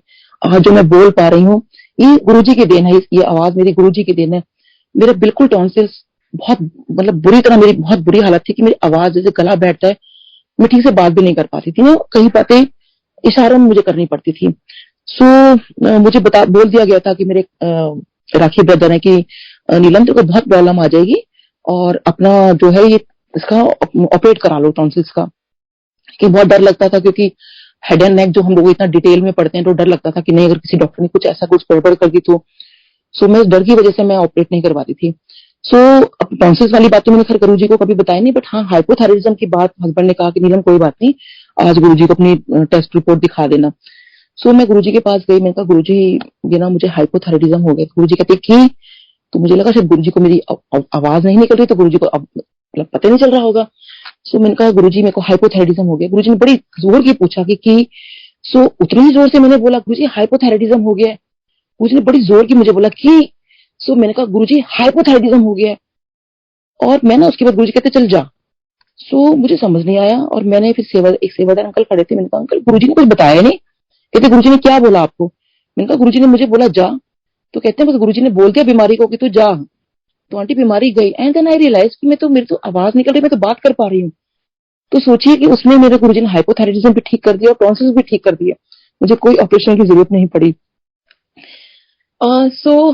देखिए गुरुजी के पास बस वो अच्छी भावना और वो सब अपना एक, क्योंकि वो शायद बहुत भाव से मैं गई थी और बहुत अंदर से वो था कि क्योंकि देखिए बीमारी तो कोई भी ठीक नहीं होती। और इसी के लिए गुरुजी ने बहुत संगत को बोला भी है कि 1 घंटा वॉक किया करो। तो आई थिंक वो सबको वॉक करनी चाहिए। वो जो गुरुजी ने मुझे याद है कि एक आंटी ने एक बार मुझे बताया था क्योंकि वो कहती है कि मेरा नाम मत लिया करो, तो मैं वैसे उनको ऑलमोस्ट सब जानते हैं। तो गुरुजी ने उनको स्पेशली बोला कि योगा क्या करो, तुम कौन कौन से योगा करती हो? तो आंटी ने बताया कि मैं ये योगा करती हूँ। कहती है योगा करना बहुत अच्छी बात है और जरूर करनी चाहिए। तो देखिए हमारे जो गुरुजी की टीचिंग्स है ना तो वो डेफिनेटली हमें वो माननी है और वो करनी है। गुरुजी ने कहा शिव पुराण पढ़नी है। मुझे गुरुजी ने कभी नहीं कहा, कई लोगों ने मुझसे पूछा कि आपको गुरुजी ने कहा था? मैं कहा मुझे नहीं कहा, बट मेरे गुरु ने कहा है, मैं ये बात इसलिए मान रही थी, इसलिए मैं शिव पुराण पढ़ती हूँ। तो मुझे मेरे गुरुजी की टीचिंग्स माननी है। तो ऐसे ही जैसे आजकल मैं एक चीज और थोड़ा नोटिस कर रही हूँ, जो मैं थोड़ा सा गुरुजी मुझे माफ करे, बट मुझे लगता है कि शायद थोड़ा बोलना जरूरी है कि आजकल जो सत्संग होते हैं तो प्लीज जो गुरुजी के टाइम का प्रोटोकॉल था वो सब सारी संगत वही फॉलो करें। गुरुजी ने देखिए हमारे लिए जो गुरबाणी है चूज करके रखी है। क्योंकि एक बार एक अंकल का मैंने सुना था कि वो कह रहे थे कि बहुत सारी सीडी वहां पे थी, तो गुरुजी ने कहा ये वाली लगानी है, ये वाली लगानी है। सो उन्होंने पूछा कि गुरुजी गुरबाणी तो सारी है, ये क्यों नहीं लगानी? कहते मुझे पता है मेरी संगत किससे कनेक्ट होगी। सो अगर संगत जी अगर हमें हमारे गुरुजी जो गुरबाणी चूज करके गए हैं तो हम वही क्यों नहीं लगाते? देखिए उससे इतना डायरेक्ट कनेक्शन होता है, आप सच में उतना इतने डूब जाओगे उसके अंदर, उस भक्ति में डूब जाओगे जब वही सुनोगे। क्योंकि गुरुजी ने खुद अपने मुंह से बात बोली है कि मैं अपनी संगत के लिए ये चूज कर रहा हूँ। और फिर गुरुजी के टाइम के देखिए जो हम लोग जाते थे तो ये होता था कि पहले हाथ धो के हम लोग अंदर जाया करते थे, फिर गुरबाणी सुनते थे। उसके बाद जब लंगर प्रसाद आता था तो उस टाइम कोई फिल्मी सॉन्ग हो गया या सूफी सॉन्ग हो गया या कोई और भजन हो गया, तब फिर वो लगता था। उसके बाद जब लंगर प्रसाद हमारा हो जाया करता था और गुरबाणी के टाइम चाय प्रसाद चलती थी, फिर लंगर प्रसाद के बाद हम लोग जो जितनी संगत लंगर कर लेती थी फिर हम लोग बाहर जाया करते थे और हाथ धोया करते थे। बट आजकल मैं देखती हूँ कि हाथ धोने का कोई सिस्टम ही नहीं रह गया है। तो हाथ धोने जरूरी है, जब आप गुरुजी से आज्ञा लेने जाते हो तो हम बिना हाथ धोए अंदर नहीं जा सकते थे। सो फिर उसके बाद हम लोग गुरुजी से जो भी पूछना होता था पूछते थे, फिर आज्ञा लेके घर जाते थे। और यही बड़े मंदिर में होता था कि गुरबाणी चल रही है, उसके बाद फिर वो होने के बाद फिर गुरु जी की आरती ओम जय शिव ओंकारा होती थी। उसके बाद फिर कोई सिंगर या जो भी जिसने जो भी गाना होता था, जो भी सॉन्ग चलना होता था, उसके बाद चलता था। और जिस टाइम गुरु जी अंपायर स्टेट में जब किसी संगत से सत्संग करवा रहे होते थे या कुछ भी, आई थिंक एनीथिंग, जब गुरबाणी हो चाहे वो कोई भी किसी सिंगर का कोई सॉन्ग चल रहा, कुछ भी, संगत जी उस टाइम बिल्कुल पिन ड्रॉप साइलेंस होता था। पिन ड्रॉप मतलब पिन ड्रॉप साइलेंस। बट आज की डेट में बहुत ने संगत ऐसे सत्संग देखे हैं, गुरुजी मुझे माफ करें, और कोई भी प्लीज संगत अपने ऊपर ना ले कि मैंने किसी के लिए मैं बोल रही हूँ। General I am just talking about कि जो मैंने गुरुजी के यहाँ देखा था, तो वही चीज हम फॉलो करें। यही मेरी बस आपसे सबसे मतलब इसमें हम्बल रिक्वेस्ट टू एवरीवन कि गुरुजी के टाइम का प्रोटोकॉल प्लीज फॉलो करें। सो ऐसे हम लोग जब गुरुजी के पास जाते थे, तो एक दिन का मैं बताती हूँ, ये मुझे बड़ा क्यूट सा लगता है एक्चुअली, और मैं हमेशा शेयर करती हूँ कि एक बार जब गुरुजी अंपायर स्टेट में बैठे थे, सो उनकी लेफ्ट हैंड साइड में बैठी थी महबूबा मुफ्ती जी, और मैं बैठी थी राइट हैंड साइड में। तो we were just waiting for the langar, और उनका लंगर आ गया था। सो गुरुजी उनको बोलते हैं कि चल तू 2 चपाती प्रसाद और खा ले, तेरे को मैं सीएम बना दूंगा। और मेरे मन में विचार चल रहा है, गुरुजी 2 चपाती प्रसाद से आप सीएम कैसे बना दोगे? मैं अपने मन में सब कुछ सोच रही हूँ कि 2 चपाती प्रसाद से सीएम कैसे बन सकता है कोई। बट गुरुजी की महिमा देखिए, और क्योंकि उस टाइम मैंने शायद गुरुजी को वो भगवान मानते हुए शायद मैं, वो चीज नहीं थी कि भाई उन्होंने जो कह दिया सो कह दिया। वो धीरे धीरे समझ में आई हमें, क्योंकि हम उस टाइम नए थे। सो वो फेस हमारा चल रहा था, इफ एंड बट्स वाली भी चीजें चल रही थी।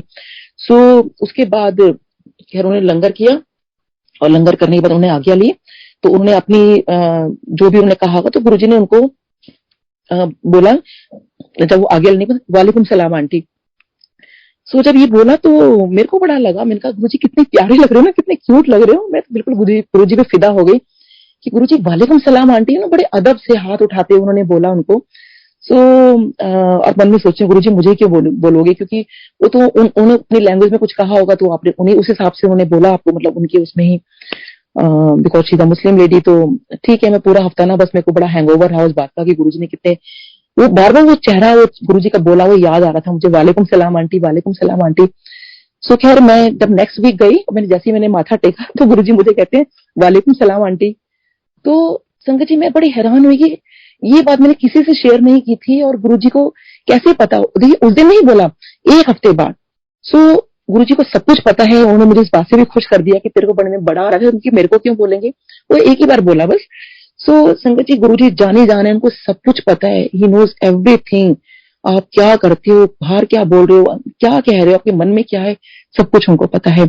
ऐसे जब मैं अपनी, जब गुरुजी ने कहा था कि अपनी सहेली को लेकर आना, मैं अपनी फ्रेंड को लेके गई, तो जब उसने माथा टेका, और ठीक है वो जो भी उसकी बात हुई, गुरुजी ने कहा कल आना है, जो भी उसको बोला। सो हम लोग जब बाहर निकल कर आए लंगर करने के बाद, सो मुझे बाहर आके वो कहती है कि मैं आज तो यहाँ पर आ गई हूँ, मैं दोबारा कभी नहीं आऊंगी, मुझे क्योंकि यहाँ मुझे आके बिल्कुल अच्छा नहीं लगा। मुझे बहुत बुरा लगा जब मेरी फ्रेंड ने मुझे ऐसे बोला। मैंने मन में कहा, मैंने कहा गुरुजी देखो आपने बुलाया था, और देखो देखो गुरुजी के बारे में मैं कुछ नहीं सुन सकती, उस टाइम भी नहीं और अभी भी नहीं। सो मुझे बहुत बुरा लगा, और मुझे लगा कि मैं तो गुरुजी के कहने पे बुलाया था कि ठीक है नहीं आना तो मत आओ, but I fail so bad. But संगत जी जैसे वो अंपायर सीट से जैसे हम गेट से निकलते हैं, तो थोड़ा सा आगे जाके जैसे उसने अभी जस्ट लेफ्ट टर्न लिया ही था, और एकदम से शी जस्ट टर्न अराउंड और कहती है कि नीलम वापस चल। मैंने कहा क्या हुआ? तो कहती बस तू अंदर वापस चल। मैंने कहा यार आज्ञा लेने के बाद ना दोबारा अंदर नहीं जाते, मेरे को डांट पड़ जाएगी। सो कहते नहीं नहीं मुझे नहीं पता, तू अंदर चल बस। उसको देखिए कहाँ गुरुजी ने, कहाँ वो मना कर रही है कि मैं नहीं जाऊंगी, और कहती तू मेरा ना इंट्रोडक्शन करवा देना जरा। सो मैं तो फिर पहले इस बात से डर रही थी कि कहीं गुरुजी गुस्सा ना कर दे कि मतलब आज्ञा लेने के बाद हम अंदर जा ही नहीं सकते थे। तो वो लेकिन मेरे पीछे पड़ गई कि तू अंदर चल मेरे साथ। खैर हम लोग अंदर गए। सो वो मेरे आगे थी, उसने फिर दोबारा माथा टेका, और उसने इशारा भी किया मेरे को, लाइक कि भाई इंट्रोडक्शन वाली बात पे इंट्रोडक्शन करा। And I was just about to say कि गुरुजी ये मेरी, तो गुरुजी एकदम से मुझे कहते हैं चल जा बड़ी आई डॉक्टरनी की वकील। और मेरे को, और वो भी हैरान कि मैंने तो गुरुजी को अभी तक बताया नहीं कि डॉक्टर नहीं है। तो गुरुजी का मैसेज कितना क्लियर था कि चल जा बड़ी आई डॉक्टरनी की वकील, यानी कि मैं कोई नहीं हूं वहां वकालत करने के लिए खड़ी हुई, और गुरुजी को पता है कि वो कौन है। अब मैं गुरुजी के वहां तक मैं ले आई हूं, और अब गुरुजी और उसका कनेक्शन, मेरा कोई कनेक्शन नहीं है। सो वो गुरुजी जानते हैं कि कब कैसे किसका कैसे क्या कनेक्शन है। ऐसी संगत जी, मैं उसकी मेरी फ्रेंड की बात आई तो मैं बताती हूँ। देखिए गुरुजी के हर चीज में हर बहुत बहुत कहते हैं कि हर चीज में ब्लेसिंग्स हैं।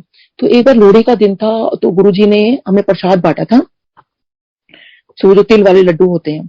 सो मेरी जो फ्रेंड है डॉक्टर शताब्दी, सो इसने क्या था, इसने वो प्रसाद को रख लिया।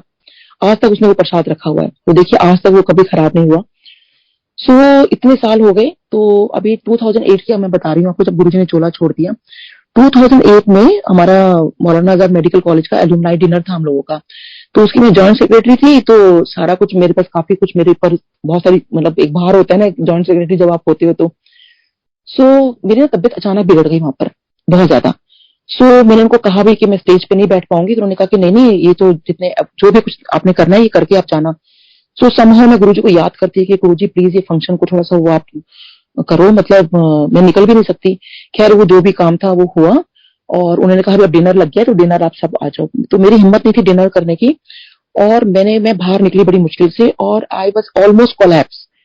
और वो किसी ने मुझे देख लिया, मेरी डॉटर मेरे साथ में थी, और मेरी बेटी फटाफट भागी, और किसी ने बताया, क्योंकि सब एक दूसरे को जानती, सब डॉक्टर्स ही थे वहां पे, कि भाई डॉक्टर नीलम जो है, मतलब कुछ कोई गिरा है बड़ी जोर का कुछ। तो वहां पेमेंट की, तो खैर मेरा समहाउ मैं बच गई, और फटाफट मुझे वहीं एलएनजेपी कैजुअलिटी के अंदर मुझको लेके गए वहां पर। सो जब मुझे स्ट्रेचर पे लेटाया गया और लेके जा रहे थे, तो डेफिनेटली मेरे को बस लग रहा था कि मैं अब नहीं बच पाऊंगी। सो मैंने अपने बच्चे, मेरे बहुत रो रहे थे, दोनों बहुत छोटे थे, और मैं दोनों को प्यार कर रही थी कि पता नहीं मतलब अब मेरा क्या होगा। और हस्बैंड फटाफट मतलब गाड़ी लगा के, उन्होंने पार्किंग में लगाकर वो आए। तो जिस वक्त मुझे स्ट्रेचर पे अंदर लेके जा रहे थे, बच्चों को तो बाहर ही रोक दिया था। सो मुझे कुछ कुछ आवाजें आ रही थी कि अरे इनको हार्ट अटैक आया है, इनको हार्ट अटैक आया है।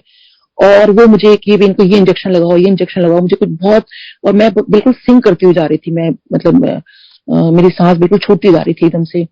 सो बस मुझे बस ये ध्यान था कि मैं गुरुजी को याद कर रही थी। गुरुजी का मंत्र जाप समहाउ स्टार्ट हो चुका था। बस मैं गुरुजी का मंत्र जाप कर रही थी, गुरुजी को याद कर रही थी कि गुरुजी मेरे बहुत छोटे बच्चे हैं, देखो मुझे बचा लो। और बस मैं गुरुजी को याद कर रही थी, और बिल्कुल मेरी सिंकिंग फीलिंग थी। उसके बाद हस्बैंड, क्योंकि एलएनजेपी में बहुत साल उन्होंने काम किया है, सो वो एकदम से आया। वो सोची मेरे को संगत जी इंजेक्शन बस लगने ही वाला था, तभी मेरे हस्बैंड की एंट्री हो गई। उन्होंने कहा आप क्या कर रहे हो, कौन सा इंजेक्शन लगा रहे हो? तो डॉक्टर गुस्सा खा गए, कहते कि अरे हम पेशेंट को बचा रहे हैं, और आप मतलब उनको नहीं पता था कि हस्बैंड भी डॉक्टर है, क्योंकि उनको कैसे पता होगा, क्योंकि नए नए डॉक्टर्स आ गए थे। सो हस्बैंड ने कहा कि नहीं नहीं, इनको हार्ट अटैक वगैरह कुछ नहीं आया है, इनको हो नहीं सकता हार्ट अटैक। तो वो मेरे हस्बैंड को गुस्सा करने लगे कि अरे आप पेशेंट की जान बचानी है। वो कहते हैं कि आप किसी सीनियर डॉक्टर को बुलाओ। तो उन्होंने कहा कोई सीनियर डॉक्टर नहीं है। खैर हस्बैंड ने तो घर वहां बहुत शोर मचा दिया, और क्या सीनियर डॉक्टर्स आए, सब उनके फ्रेंड्स निकल कर आ गए कि अरे। तो वो बेसिकली देखिए उनको हार्ट अटैक नहीं था, वो मुझे गैस्ट्रिक अटैक हुआ था, उसकी एसिडिटी का अटैक था मुझे, जो कि बिल्कुल ऐसा लगता है कि आपका हार्ट अटैक आया है। सो वो था कि अगर वो इंजेक्शन मुझे लग जाता तो शायद वो मेरे को नहीं बचना था। वो गुरुजी का मैं नाम ले रही थी, तो उन्होंने राइट टाइम पे हर चीज कर दी। उसके बाद लेकिन मेरे को फिर वो एसिडिटी के लिए भी उन्होंने बड़े सारे इंजेक्शन लगाए, मुझे नो रिलीफ। मुझे जब अंदर मैं थी और मेरा सब कुछ मतलब सब कुछ ट्रीटमेंट चल रहा था, मेरे दिमाग में बस यही ख्याल आया कि मैं ना अपने पेरेंट्स को एक बार फोन कर लूं, क्योंकि अब मुझे लगता नहीं कि मैं बचूंगी, तो अपने पेरेंट्स की एक बार आवाज सुन लूं। और मेरी जो फ्रेंड है डॉक्टर शताब्दी, मैंने कहा मैं इसको मैं बता दूं कि देख मैं अब जा रही हूँ, अब तेरे से मिलना नहीं होगा। सो पेरेंट्स को मैं फोन नहीं करा, क्योंकि मुझे लगा वो कहीं घबरा ना जाए उनको, अब मेरी आवाज से। और शायद मैंने फोन करा और एकदम कट कर दिया उनकी आवाज सुनकर। फिर मैंने अपनी फ्रेंड को फोन किया। सो इसको ये गुड़गांव रहती है, और इसने जैसे सुना कि मेरी ये कंडीशन और मैं ऐसा बोल रही हूँ, इसने रात को अपने ड्राइवर को उठाया और गुड़गांव से ये मेरे पास मिलने आई रात को, आधी रात को। और तब तक मेरे को कोई आराम नहीं आया था, और मेरे सारे जूनियर सीनियर वहीं खड़े थे, सबका डिनर भी सब ऐसे ही हो गया था, क्योंकि ऑब्वियसली मैं इतनी बहुत क्रिटिकल कंडीशन में थी। सो ये मेरे पास आती है और मेरे को कहती है चल तुम मुंह खोल। तो मैंने कहा क्या हुआ? कहती तुम मुंह तो खोल। तो मैंने मुंह खोला, इसने मेरे मुंह में कुछ डाला, और संगत जी मैं एकदम उठ के बैठ गई। और कहती है तेरे को पता है कि मैं तेरे मुंह में क्या डाला है? मैंने कहा क्या डाला है? कहती तेरे को याद है गुरुजी ने एक बार हमें प्रसाद दिया था? और मैंने कहा हाँ। सो कहती है कि मैंने वो आज तक संभाल के रखा हुआ है। तो वो ही प्रसाद था जो मैंने तेरे मुंह में डाला है। तो सोची संगत जी, वो गुरुजी का दिया हुआ प्रसाद जब उसने मेरे को दिया और मैं कैसे ठीक होके बैठ गई। और फिर वो कैजुअलिटी में हम लोगों ने सब डिनर किया और कहीं पर और बिल्कुल बिल्कुल मैं ऐसे हो गई जैसे मुझे कुछ हुआ ही नहीं हो। सो गुरुजी की देखिए कितनी मतलब उनके प्रसाद में, उनकी हर चीज में बहुत बहुत ब्लेसिंग्स है, उनके नाम के अंदर, उनकी हर चीज में। और ऐसी गुरुजी ने फिर मेरे को लाइफ दी जब 2010 के अंदर मेरे को गॉल ब्लैडर की प्रॉब्लम भी स्टार्ट हो गई थी और मेरे को डेंगू का जबरदस्त सबको पता है 2010 में कितना डेंगू का कितने लोग चले गए थे और कितना बुरा हाल था। सो मेरा भी प्लेटलेट काउंट्स कम हो गए और जब मैं एडमिट थी सफदरजंग हॉस्पिटल में तो डॉक्टर्स आए और उन्होंने मेरे को देखा और मेरे हस्बैंड को बाहर ले गए और मेरे हस्बैंड को कहते हैं कि डॉक्टर साहब we are very sorry to say आपकी वाइफ के पास सिर्फ 15-20 मिनट बचे हैं। सो मेरे हस्बैंड तो बिल्कुल बाहर खड़े हो गए कि मैं इसको कैसे बताऊं, ये इसकी मम्मी अंदर बैठी है, बच्चों को कैसे बताऊं कि ये सिर्फ 15-20 मिनट के लिए है। सो तभी वहां एक रात को डॉक्टर आ रहे थे तो हस्बैंड जो है वो गुरुजी को अरदास लगा रहे थे और माँ काली को बहुत मानते हैं बचपन से। उनको कह रहे थे कि इन दोनों ने उनकी लाइफ में क्या किया, कहीं गुस्सा भी था और वो कहीं बहुत अंदर से तकलीफ भी थी इनको कि भाई इन्होंने क्या किया। सो तभी वो डॉक्टर आते हैं, कह रहे हैं अरे तुम तो गुरुजी के पास जाते हो ना। नहीं, उससे पहले पूछा कि तुम यहाँ पे कैसे खड़े हो, तो उन्होंने कहा सर ऐसे ऐसे मेरी वाइफ को डॉक्टर्स ने हैंड्स अप कर लिए और आपको ये पता है कि डेंगू का तो कोई इलाज है नहीं, और जब हैंड्स अप कर लिए तो और बता दिया कि 15-20 मिनट है, क्योंकि वो सारे सिम्टम्स मुझे आ गए थे। तो जब उन्होंने कहा कि अच्छा मुझे अपनी वाइफ से मिलवाओ। सो अंदर आए तो कहते हैं आपको कैसा लग रहा है। मैंने कहा सर मुझे बिल्कुल ठीक लग रहा है। कहते हैं बोलो जय गुरु जी। मैंने कहा जय गुरु जी। कहते हैं आप हो गए बिल्कुल ठीक। तो संगत जी जय गुरु जी ना कोई ऐसा ही वर्ड नहीं है हम ऐसे ही बोल दें। तो सोचिए उस टाइम जय गुरु जी बोलने में कितनी ताकत थी कि मैं आज आप सबके साथ में सत्संग शेयर कर पा रही हूँ। सो गुरु जी का बहुत बहुत शुक्राना है, हर चीज का बहुत शुक्राना है। और देखिए गुरु जी में he is everything, actually everything. और देखिए जब मैं भी जब गुरु जी के पास जब जाना शुरू हुई थी, बचपन से होता है ना, हर इंसान का होता है कि हम हर भगवान से जुड़े होते हैं। सो उन दिनों मेरे को साईं बाबा से मैं बहुत मतलब वो हो गई थी, क्योंकि मेरे घर के पास में ही साईं बाबा मंदिर है। तो पहले मैं अंपायर स्ट्रीट जाने से पहले मैं साईं बाबा मंदिर को जाती थी और उनके माथा टेकती थी। सो वो भी मेरा वहम दूर किया गुरु जी ने, क्योंकि जो डिवाइन लाइट है वो सब एक है। क्योंकि जब मैं साईं बाबा मंदिर गई सो हस्बैंड ने कहा कि नीलम हम गुरु जी के पास जा तो रहे हैं, साईं बाबा को माथा टेका, वहां टेका, और ये तो फिर तुम मूर्ति रूप में देख रही है, वहां तुम साक्षात गुरु जी से मिलेंगे, क्यों तो टाइम वेस्ट कर रही है। तो मेरे मुंह से ये निकला कि नहीं, साईं बाबा तो साईं बाबा है और गुरु जी है। गुरु जी यानी साईं बाबा से मतलब जो साईं बाबा है वो हाई लेवल पर है। सो ये मेरा मतलब था। सो बस मेरे मन में ये विचार आया कि भाई मैं सच में ये लोग हैं, एक ही है। सो मैंने साईं बाबा को बोला, मैंने कहा साईं बाबा अगर आप सच में गुरु जी अगर वो इतने पावरफुल है ना आपके जैसे, so sorry Guru ji but मेरे मन में यही था। सो अगर आपने जो आज चोला पहना है क्या वही चोला आज गुरु जी ने पहना होगा। सो संगत जी आप मानोगे मैं जब वहां गई हूँ तो गुरु जी ने उस दिन साईं बाबा ने टर्कॉइश कलर का यानी फिरोजी कलर का चोला पहना था और गुरु जी ने वही सेम चोला। फिर मुझे लगा कोइंसिडेंस होगा, मैं नेक्स्ट वीक फिर मेरी यही कि आज भी आपका सेम चोला होगा, तो नेक्स्ट वीक फिर सेम चोला। और ऐसे मुझे ड्रीम में भी दोनों ने व्हाइट चोला पहना हुआ है। तो हर तरह से मुझे मतलब बता दिया कि तो गुरु जी सब कुछ है संगत जी और साईं बाबा ने मुझे ड्रीम में भी आके बोला कि गुरु जी जो है तेरे को पता है कि तूने तो पता नहीं कितने अच्छे कर्म कर लिए थे जो तेरे को गुरु जी मिले हैं, और गुरु जी भी मुझसे 42 बार ऊपर है। ऐसे मुझे एक ड्रीम एक अघोरी बाबा ने कहा कि मैं भगवान श्री कृष्ण को ढूंढ रही हूँ और वो कहते हैं कि तेरे को नहीं पता जो तेरे गुरु जी वही तो श्री कृष्ण है। फिर ऐसे तीनों माता रानी मेरे ड्रीम में आती हैं और मुझे बताती हैं, मैं बहुत रोती हूँ कि माता रानी मैंने एक्चुअली गुरु जी के चक्कर में ना आपके पास आना छोड़ दिया है। तो वो कहती है कि हम तेरे को यही बताने आए कि जो तूने रास्ता चुना है गुरु जी का वो बिल्कुल सही रास्ता है और इसी रास्ते पे चलो। तो देखिए हमें सच में संगत जी गुरु जी पे सब कुछ आप छोड़ दीजिए, कोई इफ एंड बट्स नहीं आपकी जिंदगी में, कहीं कुछ नहीं, टोटल सरेंडर मतलब टोटल सरेंडर। और अब तो मेरे को धीरे धीरे, हालांकि देखिए हमारा ये ह्यूमन एरर होता है, हमारे ह्यूमन नेचर के अंदर है कि हमारे वो इफ एंड बर्ड्स ये सब चीजें होती हैं, तो वो भी गुरुजी खैर जानते हैं। लेकिन आप दिल खोल के गुरुजी के आगे अपने जो अरदास लगानी है, जो आपने बोलना है, जो कुछ कहना है, आप प्लीज गुरुजी के आगे सब कुछ कहिए। क्योंकि देखिए गुरुजी आप जो भी कुछ जब करेंगे ना आपका विद सॉल्यूशन करेंगे, खाली सुनेंगे नहीं, वो आपको एक सॉल्यूशन के साथ आपको हर चीज बताएंगे। और ऐसे ही गुरुजी कही जब मैं गुरुजी के साथ एक चीज और बड़ी प्यारी होती थी मेरे साथ कि मैं जब गुरुजी के जब भी मैंने जाया करती थी तो गुरुजी जब भी माथा टेकना तो गुरुजी के चरण जरूर छुआ करती थी मैं। सो गुरुजी को पता था कि जब भी आएगी मेरे चरण छुएगी, तो गुरुजी कई बार मुझे देखते कि साथी का भी चरण ऊपर कर लेते थे, या कभी पाँव छुपा लेते थे और गुरुजी के पाँव नहीं मिलते थे मुझे। और फिर मुझको बहुत मैं उदास हो जाती थी कि गुरुजी आपके चरण नहीं मिल रहे। सो फिर गुरुजी एकदम मुस्कुराते थे और एकदम एक चरण बाहर निकालते थे। सो ये बड़ी प्यारी-प्यारी गुरुजी से मेमोरीज हैं कि गुरुजी और मेरे ये सब गुरुजी मेरे बीच में, क्योंकि उस टाइम में ये क्या चीज़ शेयर करती ना ये सब चीज़ें किसी से, बट ये गुरुजी और मेरे साथ ही सब चीज़ें चल रही होती थी।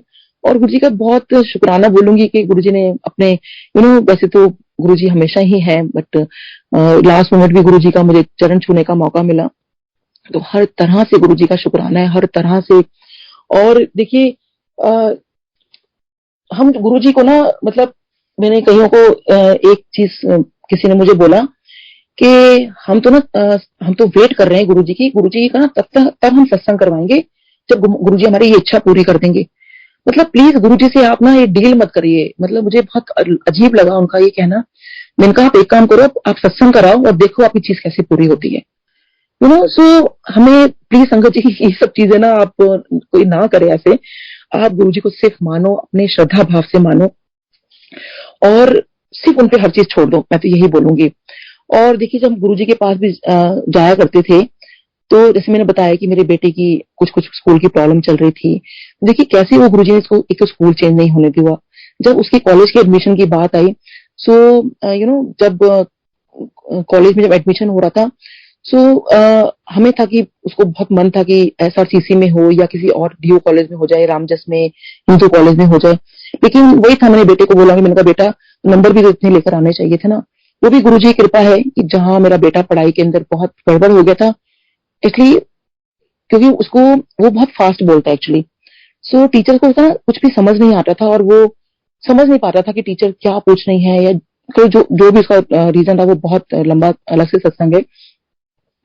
सो लेकिन इसने बहुत मेहनत की है, क्योंकि जब इसके बोर्ड के एग्जाम थे तो मैंने गुरुजी को कहा, मैंने कहा गुरुजी आपसे बड़ा कोई टीचर नहीं है, आपसे बढ़कर कुछ भी नहीं है, तो प्लीज आप मेरे दिमाग में डालो और मैं अपने बेटे को पढ़ाऊंगी। और मैंने कैसे वो इकोनॉमिक्स उसको पढ़ाई। सो जब एडमिशन की बारी आती है तो उसका बहुत मन की मम्मी डीओ में एडमिशन हो जाए, तो वही था कि कैसे होगा। तो रामजस कॉलेज में हमें किसी ने कहा कि आप किसी से मिल लेना। सो हमें वहां मिलने गई, मैं वो टीचर का नाम ही भूल गई, क्योंकि देखो गुरुजी ने ये भी चीज कर दी कि अप्रोच से कुछ नहीं करना। मतलब मेरे को नाम ही बुला दिया। अब वो कहने लगे आपको किससे मिलना है। मैंने कहा सर वो कोई, मैंने ऐसी कोई नाम बोला। सो कहते नहीं यहाँ तो ऐसा नाम कोई नहीं है। मैं कहा सर एक्चुअली मैं नाम भूल गई हूँ। कहते मुझे बताओ किस काम से आए हो। तो मैंने कहा सर ऐसे मेरे बेटे का एडमिशन का चक्कर है, सो मुझे ना उनसे बात करनी थी। तो कहते हैं अब देखिए मैं उनको जानती नहीं पहचानती नहीं, और एकदम से कहते हैं कि अच्छा आपके पास सर्टिफिकेट्स हैं। मैं कहा सर मेरे पास सर्टिफिकेट्स तो नहीं है।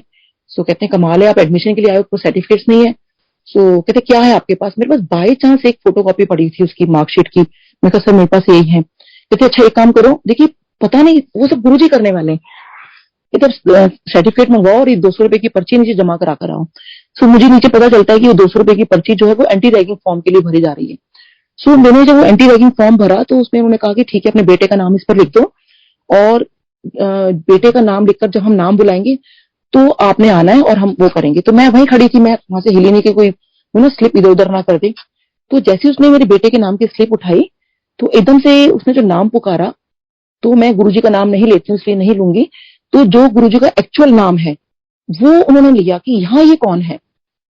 और मैं एकदम हैरान थी, गुरुजी का नाम कैसे लिया, मतलब और क्योंकि मेरे बेटे का नाम मृणाल है, तो उसके अंदर ही गुरुजी का नाम, मतलब सॉरी गुरुजी के नाम में बेटे का नाम छुपा हुआ एक्चुअली। सो मैंने उनको बोला, मैंने कहा सर ये नाम नहीं है, ये नाम है। कहते ओ हाँ हाँ हाँ सॉरी ये मृणाल नाम है। मैंने अपने हस्बैंड को फोन किया कि देखो मुझे नहीं पता वो सर कौन थे क्या था, कुछ ऐसा हुआ है, आप सर्टिफिकेट्स ले आओ। उन्होंने कहा नीलम ये ना हो कि हम इस कॉलेज से भी जाएं जहाँ सर्टिफिकेट्स हमने जमा कराए हैं। मैंने कहा आप आ जाओ सर्टिफिकेट निकलवा के, बस कुछ हुआ है मैं बाद में बताऊंगी। तो मुझे पूरा विश्वास था गुरुजी का नाम आ गया तो बेटे का एडमिशन तो हो गई। फिर सर्टिफिकेट्स आ गए, मैं उस सर के पास गई, तो उन्होंने जहाँ एक राउंड होना था वहां पर, वहां 15 लोग बैठे थे और वो बहुत ऐसे लोग थे कि एक एक चीज चेक कर रहे थे। तो मुझे लग रहा था मेरे का बस यहीं पे मार्क्स जो है, क्योंकि उसके वैसे तो बहुत अच्छे मार्क्स थे, 3 में डिस्टिंक्शन थी 92% और काफी अच्छे मार्क्स थे वैसे तो। लेकिन फिर भी देखिए बच्चों के 100% 99% आते हैं, तो वो बच्चे भी वहां खड़े थे। सो बस मैंने कहा गुरुजी आप देख लेना, क्योंकि पता नहीं मतलब कैसे आप करोगे।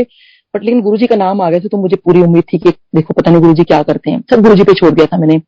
सो पता चलता है बेटे का एडमिशन हो गया। सो वो जो टीचर थे एक, तो वो कहते हैं कि आपको पता है कि आपका बेटे का एडमिशन कैसे हुआ है? क्यों नहीं, सॉरी, मैंने उनसे पूछा कि सर मुझे एक बात जाननी है कि बेटे का एडमिशन कैसे हो गया, क्योंकि हम तो टीचर का नाम भूल गए थे, हमारी जान पहचान भी हमारी वेस्ट चली गई थी, क्योंकि हमें तो मेरे को तो नाम ही मैं भूल गई थी उनका। सो कहते हैं कि डॉक्टर साहब हमें को भी समझ नहीं आया, कभी ऐसा होता नहीं है, देखिए क्योंकि गुरुजी से जब हम कुछ छोड़ते हैं ना तो वो बड़ा पक्के वाला काम कराते हैं। तो वो कहते हैं कि जिस वक्त आपके बेटे की फाइल मूव कर रही थी उस टाइम कोई भी कैंडिडेट नहीं था, तो उन लोगों ने कहा कि ठीक है एक काम करते हैं कि जो कट ऑफ लिस्ट है वो थोड़ा हम डाउन कर देते हैं, और उस कट ऑफ लिस्ट जो है वो आई थिंक आधे या पौने, जब तक मेरे मतलब बेटे का जो एडमिशन प्रोसेस रहा है तो उतनी ही देर में वो कट ऑफ लिस्ट जो है नीचे रही है, उसमें आपका बेटा आता था, उसके नंबर आ रहे थे, इसलिए उन्होंने एडमिशन दे दिया। तो देखिए कोई मतलब मेरी क्या जान पहचान काम आई, मैं तो नाम ही भूल गई थी। सो मैंने तो सिर्फ गुरुजी से था कि गुरुजी आप देख लेना, और मैंने संगत जी गुरुजी से कभी ऐसे कुछ नहीं मांगा गुरुजी मुझे ये दे दो, मुझे वो दे दो।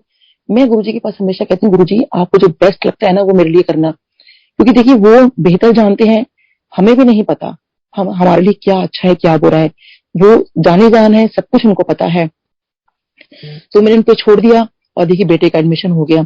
और ऐसे ही जब मैं गुरुजी को एक बार मैं माथा टेकने गई अंपायर स्टेट में, तो मेरे मन में यही विचार आ रहा था, मैंने कहा गुरुजी आपने सब कुछ तो मुझसे पूछ लिया, कभी मेरे बारे में ऐसा कुछ बताया तो है? मन में सोच रही हूँ सब कुछ मेरे मन में, कभी आपने ऐसा तो कुछ बताया नहीं जो कभी मेरे से पूछा नहीं हो, कभी तो कुछ बोला मतलब बताया होता मेरे बारे में ऐसा? हर बार तो मेरे से पूछ लेते हो कहाँ रहती हो, कितने बच्चे हैं, कहाँ क्लिनिक है, सब कुछ तो हमेशा पूछ लेते हो।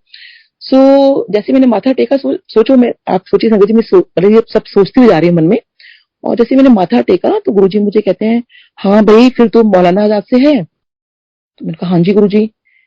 आप संगत जी मौलाना आजाद मेडिकल कॉलेज मेरे कॉलेज का नाम है, और मैं जैसे मुड़ी मैंने कान पकड़े, मैंने कहा गुरुजी आज के बाद आप पे कभी शक नहीं करूंगी, और गुरुजी से मुस्कुराए, और मैंने कहा गुरुजी आज के बाद कभी शक नहीं करूंगी। तो कॉलेज का नाम तो कभी गुरुजी ने पूछा ही नहीं था। सोचिए संगत जी कितने कॉलेज हैं, मेरे कॉलेज का नाम बता देना, क्योंकि और कोई मतलब वहां पे तो इंट्रोडक्शन का कोई मतलब ही नहीं था कि कोई इसको इससे मिलवाए या कुछ, और कॉलेज का नाम कौन बताता है। तो ऐसे कॉलेज का नाम बता दिया। ऐसे मेरी मम्मी को लाइफ दी गुरुजी ने, और जब मेरी मम्मी बहुत बहुत ज्यादा बीमार पड़ गए थे और हॉस्पिटल में एडमिट थे, तो डॉक्टर्स ने कह दिया था कि उनकी एंजियोप्लास्टी करानी पड़ेगी और एंजियोग्राफी करानी पड़ेगी, और उसके बाद फिर जो भी प्रोसेस होगा हो सकता है कि वो सब आपको बाईपास सर्जरी, पता नहीं क्या क्या बता दिया था। तो मम्मी बहुत डर गए थे, और बस मेरे दिमाग में ये था कि मैं डॉक्टर को तो ये बात नहीं बोल पा रही थी कि मुझे गुरुजी के पास जाना है या कुछ ऐसे है। मुझे था, मैंने कहा डॉक्टर साहब मुझे ना अब थर्सडे तक का टाइम दे दो। उस दिन मंडे का दिन था जब डॉक्टर ने हमें बोला, कहते हैं कि आप कैसे डॉक्टर हो, क्योंकि मेरे हस्बैंड के फ्रेंड थे वो, कहते हैं आपकी वाइफ कितनी अजीब बात नहीं कर रही है बीइंग अ डॉक्टर की, उनकी मम्मी इतनी क्रिटिकल कंडीशन में है और मुझे कहती है कि थर्सडे तक टाइम दे दो, क्योंकि मंडे के बाद थर्सडे ही गुरुजी को हम मिल सकते थे, और मुझे मतलब फ्राइडे तक मैंने टाइम मांगा था। मैंने कहा डॉक्टर साहब मैं थर्सडे नाइट को आके मैं अपनी मम्मी को एडमिट कराता हूँ, तो मुझे थर्सडे नाइट तक, तो वो बड़े हैरान हुए कि क्या बात है। सो कहते हैं मैं रिस्क नहीं ले सकता एज ए डॉक्टर, आप अपनी मम्मी को अपने रिस्क पर अपनी मम्मी को आप घर ले जाओ। तो मैं मंडे की नाइट को अपने रिस्क पर किया, गुरुजी अपने मेरे गुरुजी के विश्वास पर मैं मम्मी को डिस्चार्ज करा के ले आई। सो मुझे काफी लोगों ने बोला भाई इतनी क्रिटिकल कंडीशन में मम्मी को लेकर आ गए हो, और मैं कहा डॉक्टर्स रख नहीं रहे हैं, वो कहते हैं कि हम सुबह ऑपरेशन कर देंगे, ये सब करना है, मैं गुरुजी के बिना तो मैं कुछ काम नहीं करूंगी मैं। सो मुझे ये पता था कि गुरु जब कोई ऐसे जा नहीं सकता था तो उनकी फोटोग्राफ हम गुरुजी के पास ले जाया करते थे। तो मुझे किसी ने कहा अपनी मम्मी की फोटोग्राफ जो है वो गुरुजी के पास आप ले जाना। सो मैं गुरुजी के पास मम्मी की फोटोग्राफ लेकर गई, और मैंने कहा गुरुजी ऐसे ऐसे मम्मी का मैंने बताया कि डॉक्टर्स ने बोला एंजियोग्राफी करानी है। गुरुजी आराम से बैठे थे, एकदम आगे आगे कहते ना ना ना एंजियोग्राफी ना कराई। सो मैंने कहा ठीक है गुरुजी। बस मैंने माथा टेका, मैं बाहर आई, मैंने कहा मम्मी गुरुजी ने तो मना कर दिया कि एंजियोग्राफी नहीं करानी है, जब एंजियोग्राफी नहीं होगी तो बाकी तो सब चीजें छोड़ दो, क्योंकि एक टेस्टिंग गुरुजी ने मना कर दिया। तो सो उसके बाद सोचिए संगत जी फिर हम दूसरे डॉक्टर के पास मिले, और उसके बाद गुरुजी ने मेरी मम्मी को, क्योंकि डॉक्टर्स ने कह दिया था कि इनकी लाइफ ज्यादा नहीं है, बट मम्मी ने ये कहा था कि मेरी सबसे छोटी सिस्टर की मैरिज नहीं हो रही थी, कि गुरुजी इतना मेरे को वक्त दे देना कि अपनी छोटी बेटी की मैं शादी देख सकूं। तो वही था कि मेरी छोटी सिस्टर की जब शादी हुई तो उसके 1-1.5-2 साल के बाद मम्मी फिर गुरुजी के चरणों में चले गए। सो 10 साल ऑलमोस्ट गुरुजी ने मम्मी को, ऑलमोस्ट नहीं पूरे 10 साल, इन पर ज्यादा ही वक्त दिया गुरुजी ने, और मम्मी का जो ट्रीटमेंट था, देखिए कंजर्वेटिव ट्रीटमेंट पर आ गया। कोई मम्मी का ऑपरेशन नहीं, कोई कुछ नहीं, क्योंकि जब गुरुजी ने मना कर दिया तो कोई चीज कैसे हो सकती थी। सो ऐसे ही मेरी बेटी का एडमिशन बीडीएस में कराया। Now she is a dental surgeon.